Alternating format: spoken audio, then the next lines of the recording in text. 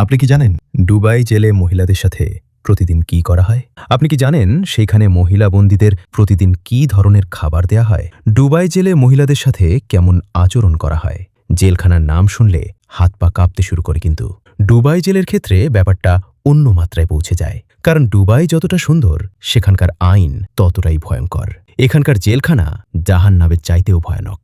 তো বন্ধুরা, আজকের এই ভিডিওতে আমরা দুবাইয়ের এমন কিছু আইন সম্পর্কে বলবো যেটা শুনলে আপনি একেবারেই হতবাক হয়ে যাবেন।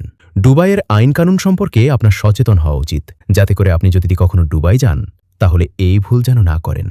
দুবাইয়ের সবচেয়ে বড় কারাগারের নাম আল আবির। এই কারাগারটিতে অত্যন্ত আধুনিক সুযোগ সুবিধা এবং নিরাপত্তায় ভরপুর। তবে জেলখানার যতই আধুনিক হোক না কেন, কেউ সেখানে থাকতে পছন্দ করবে না। 4 দেয়ালের ভিতরে তৈরি দুবাইয়ের এই জেলগুলো নিরাপত্তার দিক দিয়ে খুবই কঠোর। দুবাইয়ের জেলখানা ভেঙে বেরিয়ে আসা কোনো বন্ধুর পক্ষে একেবারেই অসম্ভব। এই কারাগারের মধ্যে তৈরি করা হয়েছে বড় বড় ওয়াচ টাওয়ার, যেগুলো থেকে 24 ঘন্টা বন্দীদের উপর নজরদারি করা যায়। সবচেয়ে আশ্চর্যের বিষয় হল, এই কারাগারের ভিতরের কোনো কক্ষে তালা দেওয়া হয় না।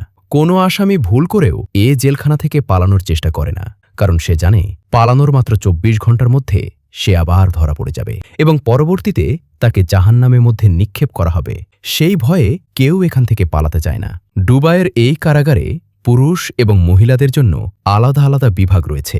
এছাড়া অপ্রাপ্তবয়স্ক বন্দীদের জন্য আলাদা সেকশন তৈরি করা হয়েছে। এই কারাগারে সকল নারীবন্দীদের নিজ নিজ স্থানে ঘুমাতে হয়।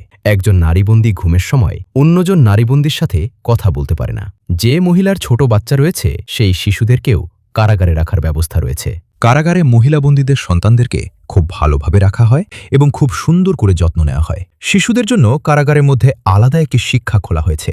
এছাড়া মহিলা বন্দীদেরকে দৈনন্দিন কুরআন শিক্ষা দেওয়া হয় এবং মহিলাদের জন্য কারাগারে একটি করে ডাক্তার দেওয়া হয়, যিনি সমান সমান সকল বন্দীদেরকে পরীক্ষা করেন।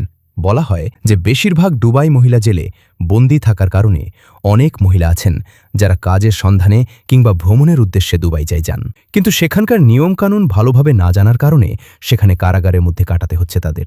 এবার আমরা আপনাকে দুবাইয়ের সেই আইন সম্পর্কে বলি, যেটা আপনার দেশে খুবই সাধারণ, কিন্তু সেই কাজগুলো দুবাই মস্ত বড় অপরাধ।